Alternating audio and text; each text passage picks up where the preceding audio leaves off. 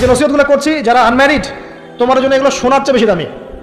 এই ডিসিশনটা এত এত গুরুত্বপূর্ণ যে জীবনে যদি এটাতে ভুল করে ফেলেন কখনো, সারাটা জীবন আপনাকে এই বোঝাটা হবে যে আমরা এখন কি কি কাজ করলে কিভাবে স্টার্ট করবো আর কিভাবে আমরা এটাকে সলভ করতে পারি।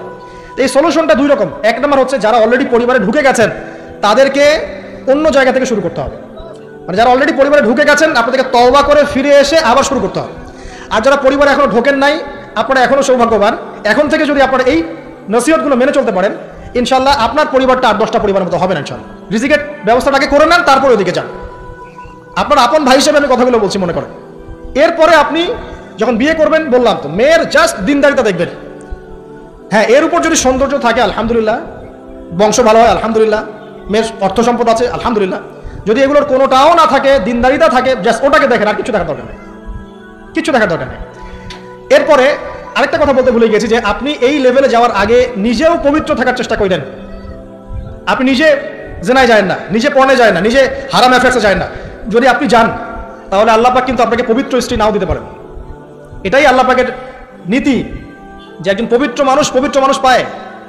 ঠিক আছে, যে যেমন আল্লাহ পাক তাকে তেমন মিলিয়ে দেন, এটা আল্লাহ পাকের একটা সুন্নাহ। এর ব্যতিক্রম হতে পারে, কিন্তু আপনি যদি পবিত্র না থাকেন আপনি পবিত্র স্ত্রী নাও পেতে পারেন। তা আপনি আগে নিজে পবিত্র থাকেন, তারপরে আপনি এখন মেয়ে দেখেন। আলহামদুলিল্লাহ, বললাম দিনদারিতা প্রাধান্য দেন।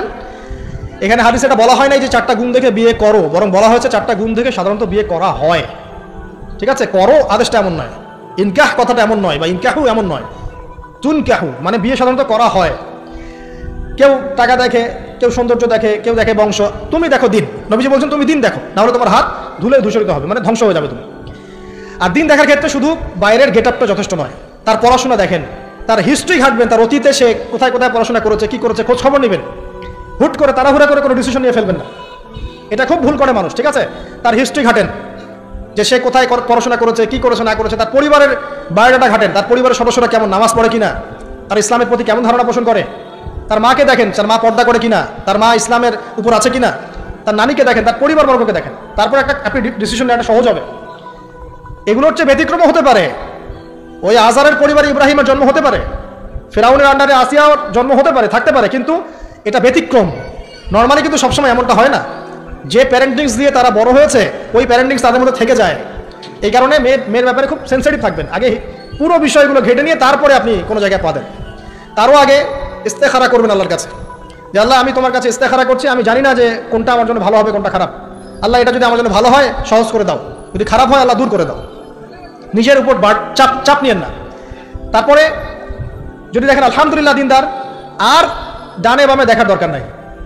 যদি আপনি আপনার মনের মতো দিনদার পবিত্র একজন মেয়ে পেয়ে যান, আর যদি সে সুন্দরীও হয় মাশাআল্লাহ, আর ভালো বংশের হয়, তাহলে সারাটা জীবন তাকে নিয়ে কাটিয়ে দেন, সারাটা জীবন তাকে নিয়ে কাটিয়ে দেন, আপনি হ্যাপি হবেন ইনশাআল্লাহ।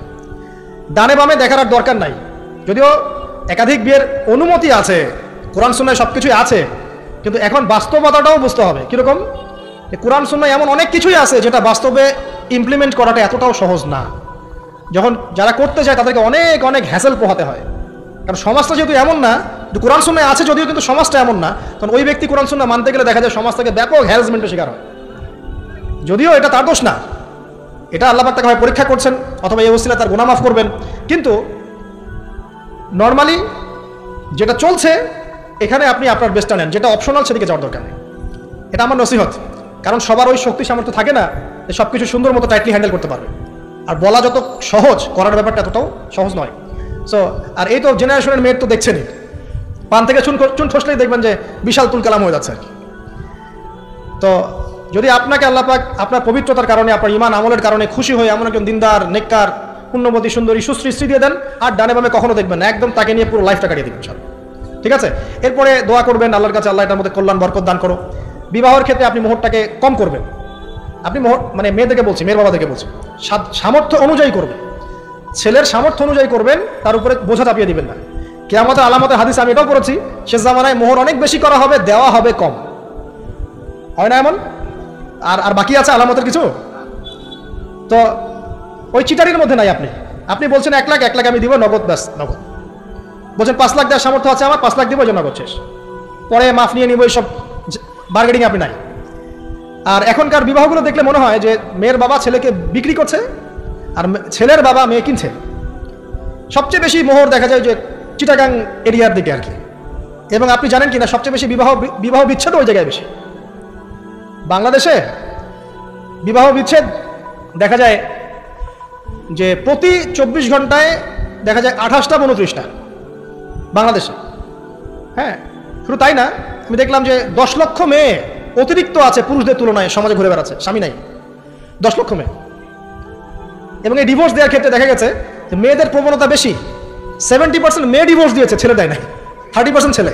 তাহলে মেয়েদের সাইকোলজি চিন্তা করেন, ও মনে করছে আমি তো এখন শিক্ষিত হয়ে গেছি, তোমাকে আমার দরকার নাই, আমি চাকরি করে খাবো। খুব বেশি শিক্ষিত দরকার নাই আপনার, দিনী শিক্ষা আছে কিনা ওটা দেখবেন। ফ্যামিলিস্ট মেয়েদেরকে নেওয়ার দরকার নাই, আপনি নেবেন ইসলামিক অনুশাসনে চলে এমন মেয়ে। এরপর যখন পরিবার স্টার্ট হবে, আল্লাহর কাছে বরকত চাবেন, বিয়েটা সহজ করে নেবেন। যে বিয়েতে খরচ যত কম, সেই বিয়েতে আল্লাহর বরকত তত বেশি। হাদিস। অলিমা হবে, মাশাআল্লাহ, আপনার বিবাহিত জীবন মোবারক হোক, দোয়া করি। এরপরে দেখবেন উভয়ের মাঝখানে আল্লাহ পাক আপনাদের মাঝখানে ভালোবাসা ঢালবেন ইনশাআল্লাহ। সূরা রুমের মধ্যে আল্লাহ বলেছেন ওয়াজআলা বাইনাকুম মাওয়াদ্দাতাও ওয়া রাহমা, আমি আল্লাহ স্বামী স্ত্রীর মাঝখানে ভালোবাসার ভ্রাতৃত্ব ঢেলে দিয়েছি। এটা আল্লাহ পাকের একটা আয়াত, নিদর্শন। এই ঢেলে দেওয়া মানে কিন্তু আবার সেই ঢেলে দেওয়া নয়, কথা কি বুঝতে পারছেন? আচ্ছা, তারপরে আসেন, এবার আপনি পরিবার গঠন করেছেন। এখানে আমি কয়েকটা কথা বলি যে উভয়ের মাঝখানে খুব চূড়ান্ত লেভেলের ভালোবাসা এটাই যথেষ্ট নয় পরিবার সুখী হওয়ার জন্য। পরিবারের মধ্যে এখন থাকতে হবে সলাত। কি থাকতে হবে ভাই? সলাত। পরিবারে থাকতে হবে কোরআন, পরিবারে থাকবে সুন্নাহ, পরিবারে থাকবে ইসলামী অনুশাসন, পরিবারে থাকবে খাস পর্দা। আপনার বউকে মানুষ দেখেই নাই এরকম পর্দা। আরে কাপড় খোলা তো অনেক দূরের কথা, আমার এমন স্ত্রী আপনার স্ত্রীকে দেখেই নাই মানুষ। বাধ্য না হলে সে বাইরেই আসবে না, বাধ্য হয়েছে আসছে, মাহারাম আছে মাহারাম সাথে আছে, এখন বাইরে আসছে। আপনার স্ত্রী ওই মানুষের বাসায় গিয়ে রাত কাটাবে না, এমনকি মানুষের বাসার টয়লেটে গিয়েও যেন সে কাপড় না চেঞ্জ করে। কারো বাসায় গিয়ে স্ত্রীকে রেখে দিয়ে আসবেন না, যে অপরিচিত কারো বাসায় স্ত্রীকে রেখে আপনি কোনো কাজে গেছেন, যাবেন না, এটা করবেন। আপনার কাছে মনে করেন একটা কোহিনূর হীরা আছে, মনে করেন যেটার মূল্য ধরেন যে লক্ষ কোটি ডলার, এটা আপনি কি যত্রতত্র ইউজ করবেন, নাকি আপনি খুব যত্ন করে আপনার ভিতরে আগলে রাখবেন? কোনটা? ইসলাম এভাবে নারীকে সম্মানিত করেছে যে তারা আমাদের কাছে এত বেশি প্রেশিয়াস যে আমরা এভাবে যত্ন করে ওদেরকে ঢেকে রাখি। কথা কি বুঝতে পারছেন? আর তোমাদের কাছে মেয়েদের দাম নাই, তোমরা ল্যাংটা হয়ে করো, তোমাদের কে বাধা দিয়েছে? ঘুরছেও তো তাই। আর নগ্নতা বলতে আপনি কি মনে করছেন? খালি কি বিকিনি সংস্কৃতি নগ্নতা? নিসাউন কাসিয়াতুন আরিয়াও তো নগ্নতা, যে নারী পোশাক পরেও নগ্ন হয়ে আছে, এটাও তো নগ্নতা। আর নবীজি বলেছেন যে আরবদের ধ্বংস, লা ইলাহা ইল্লাল্লাহ ছাড়া কোনো ইলাহ নাই। কি ভয়ঙ্কর আযাব আসছে। তার স্ত্রী জাইনাব বিনতে জাহাশ তিনি বলছেন, ইয়া রাসূলুল্লাহ আনুহলিক ওয়া ফিনা সলিহিন, আমাদের মধ্যে সলেহ সৎ মানুষ থাকা সত্ত্বেও কি আমরা ধ্বংস হয়ে যাব? নবীজি বলছেন নাম, হ্যাঁ, ইদা কাসরাতুল খাবাস, যখন অশ্লীলতা, বেহায়াপনা, নগ্নতা ছড়িয়ে পড়বে তখন ভালো মন্দ সব ধুয়ে ধ্বংস হয়ে যাবে। এই কারণে নিজে খুব ভালো আছি, ওরা খারাপ, ওদেরকে কিছু বলার দরকার নাই বলে ভালো হয়ে থাকার সুযোগ নাই। ওগুলো যত ছড়াবে ভালো আলেম জালেম সব ধ্বংস হয়ে যাবে। আল্লাহ বোঝার তৌফিক দান করুন। এবার আপনি আপনার স্ত্রীর সাথে এভাবে হৃদ্যতা মহব্বতের সম্পর্ক রাখবেন আল্লাহর জন্যে। পরিবারের সবার পিছনে আপনি খরচ করবেন, তাদের হক দিবেন। কার জন্যে? পরিবার বর্গের কারো কাছে কিছু পাওয়ার আশায় না। এই ফিলোসফিটা বোঝেন। পরিবারের কারো কাছে থ্যাঙ্কস পাওয়ার আশায়ও না। আপনি আল্লাহর সন্তুষ্টির জন্য ওদের পিছনে খরচ করবেন, ওদেরকে ভালোবাসবেন, ওদের হক আদায় করবেন। কার জন্যে? আল্লাহর জন্য। এবং এর জন্য আপনি নেকি পাবেন ইনশাআল্লাহ। আর যদি আপনি তাদের কাছে কিছু আশা করতে যান, মনে মনে বেশি এক্সপেকটেশন রাখেন, তখন আপনি কি হবেন জানেন? আপনি পদে পদে কষ্ট পাবেন, পদে পদে কষ্ট পাবেন। দেখে নিন, শুধু আল্লাহর হয়ে যান, মানে আল্লাহই আপনার আপন, আল্লাহ ছাড়া আপনি কাউরে চেনেন না। আল্লাহ পাক বলেছেন এগুলো করতে, আমি করি। আল্লাহ পাক ভালোবাসা দিয়েছেন সন্তানের প্রতি, স্ত্রীর প্রতি, বাসি। কিন্তু এটা এত অধিক মাত্রায় নয় যে তার কারণে আল্লাহকে ছেড়ে দিব। স্ত্রী সন্তান যদি আল্লাহর পথে চলার ক্ষেত্রে বাধা দেয়, আল্লাহকে ছাড়তে পারবো না, প্রয়োজন ওদেরকে ছাড়তে পারবো, এরকম থাকবে বিষয়টা। ঠিক আছে? আরেকটা কথা বলি, শুধু ভালোবাসাই আদর্শ দাম্পত্যের জন্য যথেষ্ট নয়। এখানে প্রয়োজন হচ্ছে একে অপরের প্রতি সম্মানবোধ থাকতে হবে, একে অপরের প্রতি বিশ্বাস থাকতে হবে। বিশ্বাস না থাকলে ওই পরিবারে শান্তি থাকে না। আপনি অনেক বড় আলেম, কিন্তু যদি আপনার স্ত্রী আপনাকে বিশ্বাস না করে, আপনি শান্তি পাবেন না। আপনি জানছেন আপনি ইনোসেন্ট, আপনি অনেস্ট, কিন্তু আপনার পরিবারের সদস্য, আপনার স্ত্রী আপনাকে বিশ্বাস করছে না, তখন আপনি পরিবারে সুখ পাবেন না। বিশ্বাস খুব ইম্পর্টেন্ট। আমি তো বলি যে ভালোবাসার চেয়ে বিশ্বাস বেশি ইম্পর্টেন্ট। কারণ আগে ইমান না আগে আমল? কোনটা আগে? ইমান মানে কি? বিশ্বাস না? আগে বিশ্বাস, তারপরে না আমল। ভালোবাসা একটা আমল, আর বিশ্বাসটা কি? ইমান। আমার প্রতি যদি আপনার ইমান না থাকে, তাহলে আপনি আমাকে ভালোবাসবেন কিভাবে? বিশ্বাস থাকতে হবে, স্বামীর প্রতি স্ত্রী, স্ত্রী প্রতি স্বামী। এবং এখানে পুরুষদেরকে সহনশীল হতে হবে, কারণ আপনার স্ত্রী সারা জীবনে আপনাকে প্রচুর পেইন দিতে পারে, এবং এটা মেয়েদের ফিতরত। এখানে সবরের জাজল্যমান দৃষ্টান্ত স্থাপন করতে হবে, নসিহত করতে থাকতে হবে, ততদিন পর্যন্ত যখন আপনি দেখছেন যে হ্যাঁ এগুলোতে কাজ হচ্ছে, যদি করতে করতে করতে করতে কাজ না হয়, দেখা যায় এই ফিতনায় জর্জরিত থেকে আপনার দিনের পথে চলাটা ব্যাহত হচ্ছে, তখন আপনার উচিত হবে আসহাবুল কাহাফের মতো চিন্তা করা। ইশারা দিলাম, যথেষ্ট। পরিবারে পর্দা থাকবে, সন্তান হবে, এখন আলহামদুলিল্লাহ সন্তানদেরকে প্রতিপালন করবেন ওই যে মা হাজেরা তার মতো, ওই যে আপনার কি বলবো রাসূলুল্লাহ সাল্লাল্লাহু আলাইহি ওয়াসাল্লামের সাহাবায়ে কেরাম তাদের মতো করে, এমনকি আমাদের নবীজিকে তার চাচা তার দাদারা যেভাবে লালন পালন করেছেন ভালোবাসা দিয়ে, হৃদ্যতা দিয়ে, এভাবে সন্তানকে ভালোবাসবেন, সন্তানের কথাগুলো শুনবেন, বাচ্চাদেরকে মূল্যায়ন করবেন, বাচ্চারা কি খাবার খাচ্ছে খুব ভালো করে খেয়াল রাখবেন, বাচ্চা নেওয়ার সময় বা বাচ্চা নেওয়ার চেষ্টা করার সময় দোয়া পড়বেন এবং সবসময় সেজদায় নামাজে দোয়া করবেন পরিবারের জন্য, বাচ্চাদের জন্য, আল্লাহ আমার পরিবারের উপর শান্তি দাও, বাচ্চাদেরকে ভালো মানুষ বানাও। রব্বানা হাব লানা মিন আজওয়াজিনা ওয়া যুররিয়াতিনা কুররাতা আয়ুন ওয়াজআলনা লিল মুত্তাকিনা ইমামা, এই দোয়া বেশি বেশি করবেন। রব্বি হাব লি মিনাস সালিহিন বেশি বেশি করবেন। আপনার একটা নেক সন্তান আগামীতে উম্মতের দায়িত্ব নিতে পারবে ইনশাআল্লাহ। হাজার হাজার গবাদি পশু দরকার আছে, একটা ইব্রাহিম, একটা ওমর, একটা খালিদ বিন ওয়ালিদ আপনি জন্ম দিয়ে দেখান, ওই একজনই যথেষ্ট ইনশাআল্লাহ। তার পারবেন ইনশাআল্লাহ। সন্তানের কথা শুনতে হবে। প্যারেন্টিংস একটা বই আছে বাজারে পাওয়া যায়, কিনে নেন। ওখানে প্যারেন্টিংসের অনেক টিপস আছে। সন্তান কি খাচ্ছে, কার সাথে মিশছে, কোন বন্ধুর সাথে খেলছে, আপনার কোন স্কুল কোন কলেজে পড়ছে, এগুলো খেয়াল রাখতে হবে। কোন ডিভাইস ইউজ করছে, বাসায় সন্তান কি পরিবেশ দেখে বড় হচ্ছে, পিতামাতার মধ্যে ভালোবাসা দেখে বড় হচ্ছে নাকি ঝগড়া দেখে দেখে বড় হচ্ছে, এটা খুব ইফেক্ট করে। সবচেয়ে বড় কথা, সন্তানকে পিছন থেকে আপনাকে বুস্ট আপ করতে হবে। আপনার সন্তানকে আল্লাহ পাক নির্দিষ্ট একটা প্রতিভা দিয়ে পাঠাবেন, হয় সে ভালো লিখতে পারবে, না হলে ভালো বলবে, না হলে ভালো খেলবে, না হলে কিছু একটা ভালো চিন্তা করবে, ভালো আর্ট করবে। ওর প্রতিভাকে ওর উপরে চাপিয়ে দিবেন না, ওর যে প্রতিভা আছে ওই প্রতিভা অনুযায়ী তাকে বেড়ে উঠতে দেন। হাতের আঙ্গুলগুলোকে জোর করে করে টেনে সোজা করার দরকার নাই, আঙ্গুল ভেঙে যেতে পারে, আঙ্গুলকে বাড়তে দেন।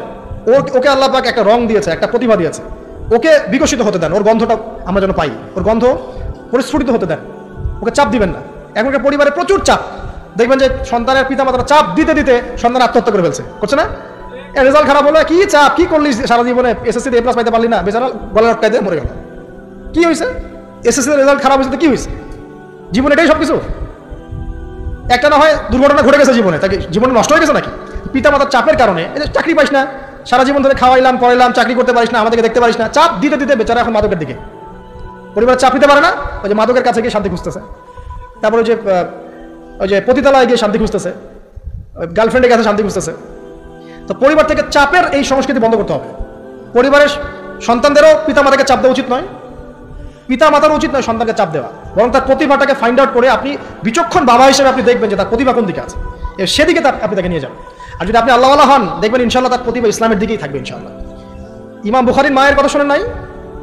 তার মা সারাদিন কান্নাকাটি করে দোয়া করতো, আল্লাহ আমার ছেলেটাকে দিনের জন্য কবুল করো, আমার ছেলেটাকে দিনের জন্য কবুল করো। তার চোখে সমস্যা ছিল, তিনি চোখে ভালো করে দেখতে পারতেন না, মায়ের দোয়ার বদৌলতে আল্লাহ পাক তার চোখের সমস্যা দূর করে দিয়েছেন। এখন ইমাম বুখারী রাহিমাহুল্লাহর কিতাব সবাই পড়ছে না? একজন মায়ের তাড়না দেখেন, মা সন্তানের জন্য দোয়া করবে, আল্লাহ আমার সন্তানটাকে দিনের জন্য কবুল করো। বাবা দোয়া করবে, আল্লাহ আমার বাচ্চাটাকে দিনের জন্য কবুল করো। এই যে বাবা নূহের তাড়না দেখেন, ইব্রাহিম আলাইহিস সালামের তাড়না দেখেন, রব্বি হাবলি মিনাস সালিহিন, আল্লাহ আমাকে সুসন্তান দান করো। চাপ দিন না, সন্তানের প্রতিভা অনুযায়ী আপনি তাকে বিকশিত হতে দেন, ইনশাআল্লাহ দেখবেন একদিন সে আপনার মুখ উজ্জ্বল করবে ইনশাআল্লাহ। আর চাপ দিলে কি হবে জানেন? অকালেই ঝরে পড়বে, অকালে ঝরে পড়বে, ওর মাইন্ডটা বিক্ষিপ্ত হয়ে যাবে, তখন পরিবার থেকে তার একটা দূরত্ব সৃষ্টি হবে। আর ওই সুযোগ শয়তান নিবে, খারাপ বন্ধুর পাল্লায় পড়বে, আয় গাজা একটা টান দে, আয় একটু ইয়াবা খা, একটু এটা কর সেটা কর, আস্তে আস্তে দেখবেন হারাই গেছে অন্ধকার জগৎ। অন্ধকার জগৎ একবার হারাই গেলে আর ফিরে পাবেন না। এদিকে প্র্যাকটিক্যাল কথা না ভাই, মেয়েকে চাপ দিবেন, দেখবেন যে বেঁকে বসছে। যদি ছোটবেলা থেকে মেয়েকে আপনি সুন্দর হিজাব পোশাক তরবিয়ত দিতে পারেন, এই মেয়ে বড় হয়ে ইনশাআল্লাহ বেলাইনে যাবে না। কিন্তু ছোটবেলা থেকে ওকে যদি আপনি নায়িকাদের মতো মানুষ করেন আর বড় হয়ে পস্তাবেন আমার মেয়ে কেন ছেলের হাত ধরে পালা গেল, এটা তো আপনার জন্য হয়েছে। ছোটবেলা থেকে এই সন্তান অনুশাসনটাকে ঠিক করতে হবে। ওই যে বললাম, পিতা মাতা যদি দিনদার মুত্তাকি পরেজগার হয়, তাদেরকে দেখেই সন্তান শিখবে। আমরা যখন সেজদা করি, আমাদের ছেলেমেয়েরা পিঠে উপরে উঠে আসে না? ওরাও দেখবেন সেজদা করা ট্রাই করে না? মসজিদে নিয়ে আসেন বাচ্চাকে, দেখবেন ও দেখে দেখে দেখছে যে কি করছে এরা, কি করছে। ও তখন নিজেও একটু হাত বাঁধার চেষ্টা করে, এমন করে দাঁড়া থাকে, খেয়াল করে নাই? হাত তুলে। বাচ্চারা দেখে শিখবে, পরিবারে দেখে বাচ্চারা শিখবে যে পিতা মাতা কেমন, কিভাবে কথা বলে, পিতা কেমন করে মায়ের সাথে কথা বলছে, মা কেমন করে পিতার সাথে কথা বলছে, সে ওইভাবেই কথা বলবে। যে পরিবারে ওমরের মতো পিতা আছে, ওই পরিবার কি খারাপ হতে পারবে? যে পরিবারে হাজরা আলী হাসলামের মতো মা আছে, ওই পরিবার খারাপ হতে পারে? তো প্যারেন্টিংটা ঠিক করতে হবে। নৈতিক আদর্শের সাথে তাদেরকে ভালো খাবার দিবেন, খাবারের ব্যাপারে সচেতন থাকবেন, কার্বোহাইড্রেট পাচ্ছে কিনা, প্রোটিন ঠিক মতো পাচ্ছে কিনা, ভিটামিন পাচ্ছে কিনা, হ্যাঁ অপরিষ্কার পরিচ্ছন্ন থাকছে কিনা, পরিবারটা থাকবে নিট অ্যান্ড ক্লিন, চকচকা। এখানে যেন মানে আর বলে না যে পবিত্রতা ইমানের অর্ধেক, হাদিস আছে না? মানে পরিবারগুলো হবে নিট অ্যান্ড ক্লিন, ঝকঝকা, রুচিশীল। এখানে যেন নোংরা বিষয় না থাকে, নোংরা আবর্জনা, বাথরুম ঠিক নাই, এটা ঠিক নাই, এমন না, ঝকঝকা পরিবার। আপনার সামর্থ্য অনুযায়ী আপনি করবেন, কারণ পরিচ্ছন্ন না থাকলে বাচ্চা কাচ্চা অসুস্থ হবে বেশি। অসুস্থ হলে পরে আপনার পেরেশানি, ওরা খাবে না ঠিক মতো, রুচি ঠিক মতো থাকবে না, বাদটা ঠিক বাড়বে না ঠিক মতো। তো পরিচ্ছন্নতার সাথে সঠিক খাবার, সঠিক প্যারেন্টিং, ইসলামিক তরবিয়ত এবং তার উপর চাপ প্রয়োগ না করে তাকে তার প্রতিভাটা বিকশিত হতে দেওয়া। চাপ প্রয়োগ না করার মানে এই নয় যে আপনি শাসনই করবেন না, পরিবারের উপর শাসন লাঠি থাকবে, কিন্তু ওটার যত্রতত্র প্রয়োগ করবেন না। যদি আপনি একদিন খুব বেশি পিটায় দেন, তারপর থেকে আপনার সন্তান আপনাকে ভয় পাবে না। কিন্তু আল্লাহ পাক কোরআনের জন্য বারবার একটা সাইকোলজি অ্যাপ্লাই করেছেন যে জাহান্নামের শাস্তি কিন্তু দিব, শাস্তি কিন্তু দিব, শাস্তি কিন্তু দিব। এই যে ভয়, আমরা কিন্তু ভয়েই জাহান্নাম থেকে দূরে আছি। তো এটা একটা সাইকোলজি। এভাবে পরিবার এগিয়ে যাবে ইনশাল্লাহ। সন্তান বড় হবে, আপনি মিরাস, সন্তানের মিরাস ডিস্ট্রিবিউট করবেন, যার যার হক তাকে তাকে দিবেন। তারপরে পরিবারের মধ্যে আর কয়েকটা বিষয় জাস্ট শেষ করে দেয়, যে পরিবারের মধ্যে নিয়মিত কোরআনের চর্চা থাকবে। সন্তান সন্ততি তারা ইসলামিক অনুশাসন পাচ্ছে কিনা, ইসলামিক পড়াশোনা করছে কিনা খেয়াল রাখতে হবে। যদি জেনারেল লাইনেও পড়ে, তারপরেও আপনি ইসলামিক টিচার দিয়ে হলেও, মাদ্রাসায় পার্ট টাইম মাদ্রাসা দিয়ে হলেও কোরআন শেখান, হিফজ করান, ওকে এদিকে করে তোলেন, ওদিকে করে তোলেন ইনশাআল্লাহ। আমরা এমন প্রজন্ম চাচ্ছি না যারা এককেন্দ্রিক, আমরা চাচ্ছি এমন প্রজন্ম যারা কোরআন সুন্নাহকে হাতে নিয়ে ওয়ার্ল্ডকে ডিল করতে পারে, ওয়ার্ল্ডকে চ্যালেঞ্জ করতে পারে। এই চ্যালেঞ্জ করতে হলে আপনাকে সব ধরনের জ্ঞান অর্জন করতে হবে। খেয়াল রাখেন পরিবারে যেন ফ্রি মিক্সিংটা না আসে, পরিবারে যেন এই যে নারী পুরুষের অবাধ মেলামেশা না আসে। বেশিরভাগ ধর্ষণ হয়েছে বাংলাদেশে কাছের মানুষদেরকে দিয়ে, চাচার মাধ্যমে, মামার মাধ্যমে, কাজিনের মাধ্যমে, খালাতো ভাইয়ের মাধ্যমে, খালাতো ফুফাতো ভাইয়ের মাধ্যমে, কাছের মানুষদের দ্বারা বেশি রেপ হয়েছে বাংলাদেশে। জরিপ পরিসংখ্যান দেখেন। অতএব ইসলাম যে বলেছে পর্দার বিষয়, এটা এমনি এমনি বলে নাই। ও কাজিন হয়, ওর সামনে এত ইয়া করার কি আছে, এইসব কনসেপ্ট চলবে না। পর্দাটা একদম ম্যান্ডেটরি। পরিবারের সালাম, পর্দা, অনুশাসন, এটা ম্যান্ডেটরি বিষয়। না খেয়ে মরে যান, তা পর্দা ছাড়া যাবে না। মানে বিষয়টা এমন স্ট্রিক্টলি নিতে হবে। যদিও বা বাধ্যগত অবস্থায় আল্লাহ পাক আপনাকে ছাড় দিয়েছেন, কিন্তু আপনাকে এইভাবে শক্তভাবে ধরতে হবে। আল্লাহ পাক তৌফিক দান করুন। এর পাশাপাশি কিছু বিষয় বলবো যেগুলো মোটেই পরিবারে ঢোকানো যাবে না, এটা বলে শেষ করছি 2 মিনিট। 1, পরিবারের শিরক ঢোকানো যাবে না। শিরক কি কি, কত প্রকার, এটার জন্য কিতাবুত তাওহীদ নামে একটা বই আছে, পড়েন ইনশাআল্লাহ পারবেন। পরিবারে বেদাতি আমল ঢোকানো যাবে না। 2, 3, পরিবারে হারাম রিজিক ঢুকানো। পরিবারে হারাম রিজিক ঢুকবে, ওই হারাম রিজিকের মানে টাকা দিয়ে আপনার রক্ত মাংস তৈরি হবে, এই রক্ত মাংস কিন্তু আল্লাহর অনুগত হবে না, ইল্লা মাশাআল্লাহ। হারাম রিজিক থেকে দূরে থাকতে হবে। পরিবারের মধ্যে ক্রন্দল যেন না থাকে, এই চেষ্টাটা আপনাকে করতে হবে। বললাম তো, এটা অ্যাভয়েড করার জন্য আপনি আল্লাহর হয়ে যান, নসিহত করেন, হাজার নসিহত করেও যদি কাজ না হয়, আপনি নিজে আসহাবুল কাহাফ হয়ে যান, তাও ভালো। পরিবারের মধ্যে অপসংস্কৃতি যেন না ঢোকে, পরিবারের মধ্যে অশ্লীলতা যেন না ঢোকে। পরিবারে এখনকার চলমান যে ফিতনাগুলো চলছে, এই যে ডিভাইসের মাধ্যমে, গেমিংয়ের মাধ্যমে, এই যে আপনি বলেন পাবজি টাবজি, ফ্রি ফায়ার, হাবিজাবি, হ্যাঁ, ইন্টারনেট সেকশনের যে নগ্নতা, তারপরে অনলাইনে যে জুয়া ঢুকেছে, লুডু ঢুকেছে, কত কি ঢুকেছে, আমি আসলে এগুলো শুনেছি, আমি দেখিনি এগুলো কিছু, আমি যা শুনি এগুলো। এই যে বিষয়গুলো, সেগুলো আপনার পরিবারের নৈতিক মূল্যবোধটাকে নষ্ট করে ফেলবে। বিনোদন যদি পেতেই হয়, তাহলে বিনোদন, কায়িক বিনোদন নেন। পরিবারের সন্তানদেরকে বা আমাদের সদস্যদেরকে জিম করতে বলেন, খেলাধুলা করতে বলেন, ফুটবল খেলুক, ক্রিকেট খেলুক প্রয়োজনে। যদি গান শুনতে চান, ইসলামিক নাশিদ শোনেন, ঠিক আছে, কৌতুক চান, ইসলামিক রসিকতা করেন, ঘোরেন, প্রয়োজনে পরিবারবর্গকে নিয়ে ঘুরেন, দেশটা ঘুরে আসেন, ট্রাভেল করেন, ঘোরেন, আল্লাহর নিদর্শন দেখেন, এটাও তো এন্টারটেনমেন্ট নাকি? পরিবারকে সময় দেন, পরিবারকে সময় দিয়ে আপনি এই যে প্রাকৃতিক বিনোদনের দিকে চলে যান, ডিভাইস কেন্দ্রিক বিনোদনের দিকে যান না। নাহলে হবে কি, মাথাটা ওই ডিভাইস কেন্দ্রিক হয়ে যাবে, অস্থির, এবং এই মাথার মধ্যে আর কোরআন সুন্নাহর সঠিক জ্ঞানটা ঢুকবে না। তো এই কাজগুলো যদি আমরা না করি, ইনশাআল্লাহ পরিবার ভালো হবে। আল্লাহ রাব্বুল আলামিন আমাদের সবাইকে আদর্শ ইসলামিক পরিবার গড়ে তোলার তৌফিক দান করুন, আমিন। আর তাদের কথা বলে শেষ করি যে যারা অলরেডি ঢুকে গেছি, এই সমস্যাগুলো ফেস করছি, এখন 1 নম্বর কাজ ভাই, আগে তওবা করে আল্লাহর কাছে ফিরে আসতে হবে যে আল্লাহ, আমি জীবনে যা ভুল করেছি, এখন থেকে আর ইনশাআল্লাহ আমরা এই আল্লাহ দ্রোহী কোনো কাজে যাব না। এই তওবা ইস্তেগফার করে আপনার স্ত্রীকে ঠান্ডা মাথায় বোঝানোর চেষ্টা করতে হবে যে দেখো, আমরা তো এক পর্যায়ে পর্যন্ত চলেছি, জীবনটা তো অনেকদিন চলেই গেল, একসময় মরতে হবে। তো আমরা আল্লাহ এবং তার রাসূলের কথা শুনি, ফিরে আসি, অল্প অল্প করে শুরু করে নামাজটা পড়ো, তুমি একটু পর্দাটা করো। প্রথমে খাস পর্দা করছে না হয়তো, আপনি বলেন মাথায় কাপড়টা দাও অ্যাটলিস্ট, হ্যাঁ, বাইরে সবার সামনে যেও না, দিনকাল ভালো না, এখন মেয়েদের ইজ্জত সম্মানের ঝুঁকি হচ্ছে, এভাবে বোঝানোর চেষ্টা করেন। আস্তে আস্তে তওবা করে ফিরে আসলে পরে তখন আপনি নামাজটাকে বাড়ান, নফল আমল বাড়ান, দান সদকা বাড়ান, এবং বেশি থেকে বেশি আল্লাহর কাছে দোয়া করেন, আল্লাহ আমার পরিবারটাকে হেফাজত করুন, আল্লাহ আমার পরিবারটাকে হেফাজত করুন, বলতে থাকেন। এবং দিনই কাজে পরিবারকে ব্যস্ত রাখেন, এবং এরকম আদর্শ পরিবারগুলোর মধ্যে একটা কমিউনিটি গড়ার চেষ্টা করেন, অভ্যন্তরীণ যোগাযোগ রাখার চেষ্টা করেন। নাহলে একা একা তো চলা যাবে না। আপনি আদর্শ পরিবার গড়েছেন, পাশের বাড়ির লোকটা করে নাই, তখন সেখানে গিয়ে আপনার সন্তান শিখবে, সেখানে গিয়ে আপনার স্ত্রী শিখবে। তো তিনি পরিবারগুলোর মধ্যে একটা হৃদ্যতা, ভালোবাসা এবং নেটওয়ার্কিং তৈরি করেন। পাশাপাশি দিনী প্রতিষ্ঠান গড়ে তোলেন। প্রতিষ্ঠানের মাধ্যমে কিন্তু পরিবারের লোকজনের সাথে দেখা সাক্ষাৎ হবে, অনেকগুলো পরিবার সেখানে বাচ্চা কাচ্চা ভর্তি করা হবে, সেখানে দেখবেন একটা কমিউনিটি আপনি পাচ্ছেন।